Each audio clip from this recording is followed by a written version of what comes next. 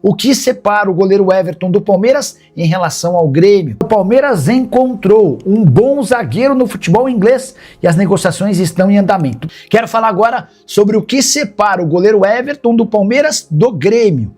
O atleta já aceitou a proposta do tricolor gaúcho e é muito óbvio entender essa condição. O Everton tem contrato com o Palmeiras até dezembro. O Grêmio oferece 3 anos de contrato com vencimentos muito parecidos. No Palmeiras, ele será reserva do Carlos Miguel. No Grêmio, ele tem a convicção de que vai ser titular. Peça importante no esquema de Luiz Castro. Diante desse cenário, o Everton disse sim e pressiona o Palmeiras a liberá-lo.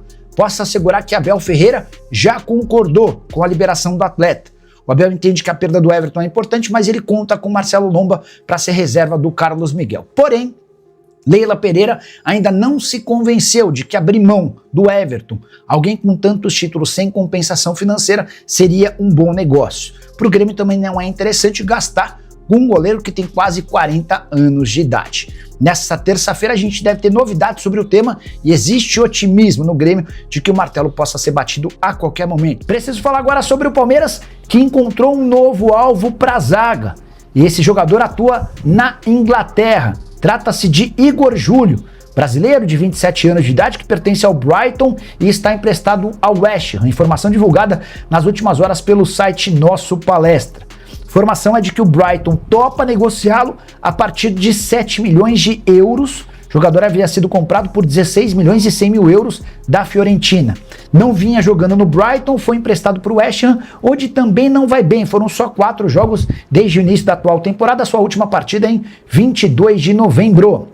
Só para completar, lembrar que o Igor Júlio tem contrato com o Brighton até junho de 2027, jogador formado no Red Bull Brasil, com passagens por Salzburg, Spal e Fiorentina. A saideira sobre o Palmeiras, tratativas com Almada seguem bem complicadas. O meio-atacante argentino tem dado sinais de que prefere continuar no futebol europeu. Perfeito, bora lá. Agora a gente tem que entender o seguinte: quais foram os movimentos que a diretoria do Palmeiras fez no mercado? E a gente tá falando de movimentos de entrada, mas, claro, vou mencionar aqui as saídas, né? O Mikael, que não funcionou na temporada passada, partiu, e também o Aníbal, que frustrou muitos planos do Palmeiras na temporada passada, mentalmente foi basicamente, como eu posso dizer, ele foi fraco mentalmente, não dá pra negar, foi fraco, não conseguiu segurar a pancada quando errou em momentos muito decisivos, o que mostrou falta de concentração também.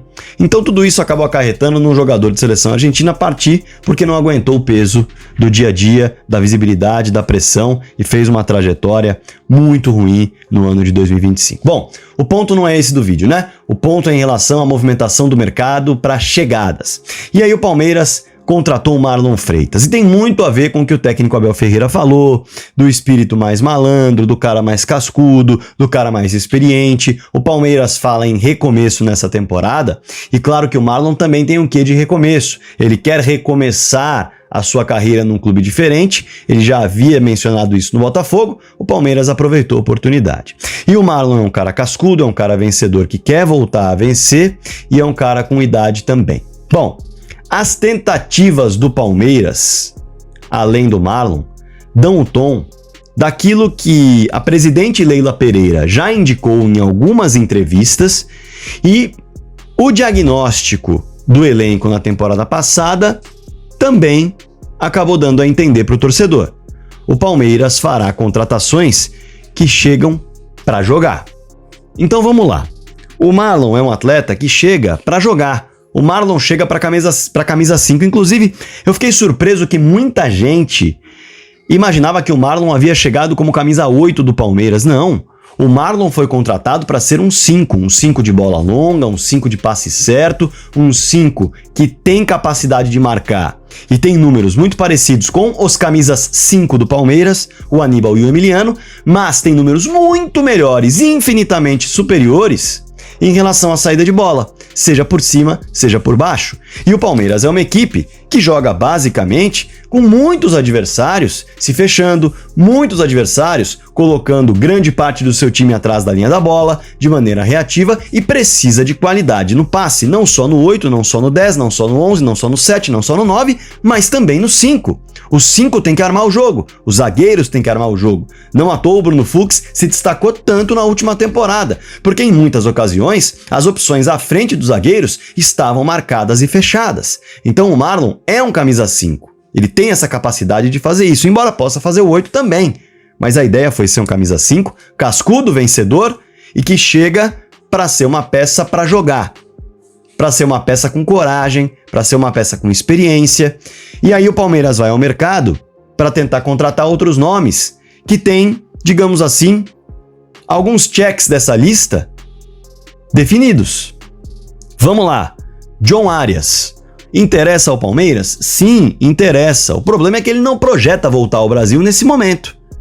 Então ele fica só no radar. O Palmeiras monitora, o Palmeiras consulta, o Palmeiras manda mensagem, o Palmeiras liga. Se em algum momento ele falar eu quero voltar, o Palmeiras está de olho e já demonstrou interesse algumas vezes.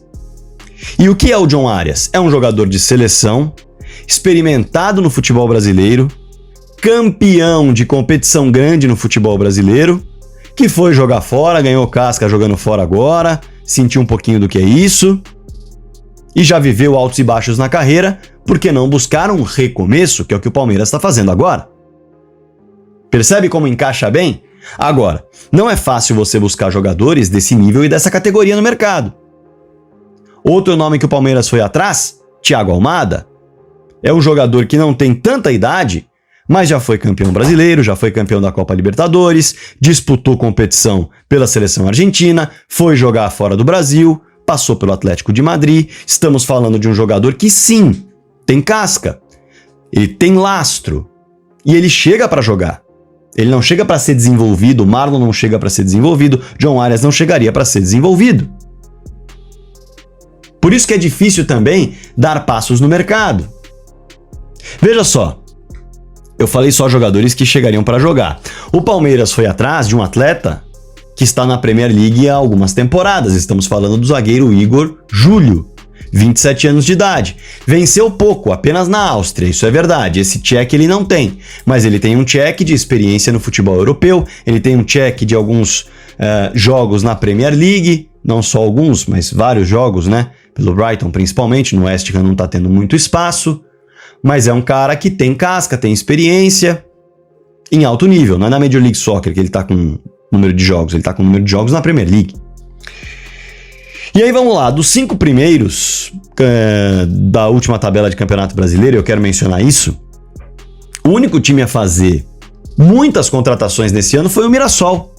E também por força de uma temporada diferente, na qual o Mirassol também perdeu atletas que ele não queria perder, e por tantas saídas precisou fazer reposições e também qualificar um pouco mais o elenco, projetando uma disputa de Copa Libertadores da América em relação à casca, em relação a idioma, porque vieram jogadores também que falam espanhol, isso é importante numa competição como a Libertadores, mas a reformulação ela foi forçada.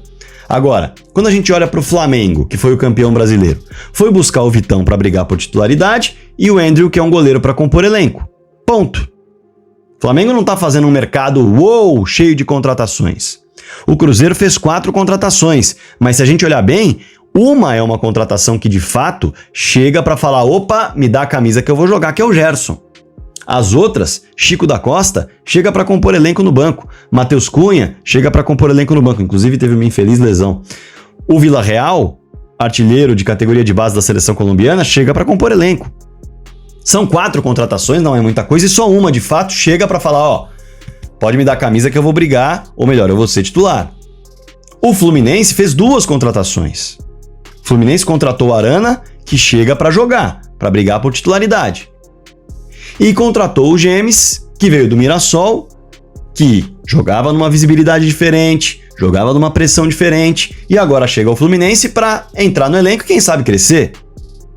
E tá tentando contratar o Hulk para chegar e jogar. Então, quando a gente olha o top 5 do futebol brasileiro da temporada passada, o mercado não tá absolutamente movimentado e o Palmeiras está destoando, não.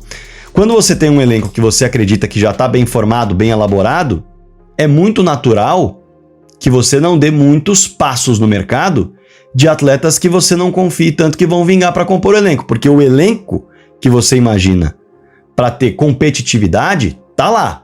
Agora, as peças individuais para darem o salto no elenco, elas estão no mercado, custam caro e, de um modo geral, para conquistar as peças que Flamengo e Palmeiras querem conquistar na Europa, a melhor janela não é essa. A melhor janela é a janela de meio de ano, que é quando acabou a temporada europeia e as equipes estão fazendo as suas movimentações de saídas de atletas, de chegadas de atletas, e não no meio do campeonato. Então, o Palmeiras está no mercado, os sinais que dá em relação aos jogadores que tenta são positivos em termos de repercussão de contratação, em termos de peso de contratação, em termos de como chega essa contratação dentro do elenco. Mas até agora só conseguiu o Marlon, não é verdade. Isso é inegável. Mas destoando dos concorrentes nos movimentos de mercado, isso não tá. E a janela mais forte, certamente, é a janela de meio de ano, porque é na Europa que o Palmeiras, que o Flamengo e que o Cruzeiro querem buscar os seus principais reforços. Fala, torcedor Alviverde, aqui trazendo mais um vídeo. Peço você que deixe o like e se inscreva no canal. Vamos falar aí a respeito desse novo back aí que o Jorge Nicola trouxe aí a respeito do Verdão aí contratar esse moleque aí.